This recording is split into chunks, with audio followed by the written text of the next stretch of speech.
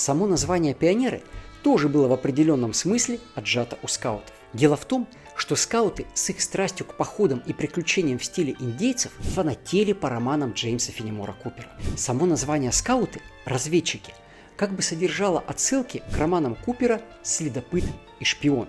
Организаторы первых пионерских отрядов, такие как Михаил Стремяков, сами в недавнем прошлом мастер-скауты, хорошо знали скаутский литературный канон. Из него они и взяли слово «пионеры».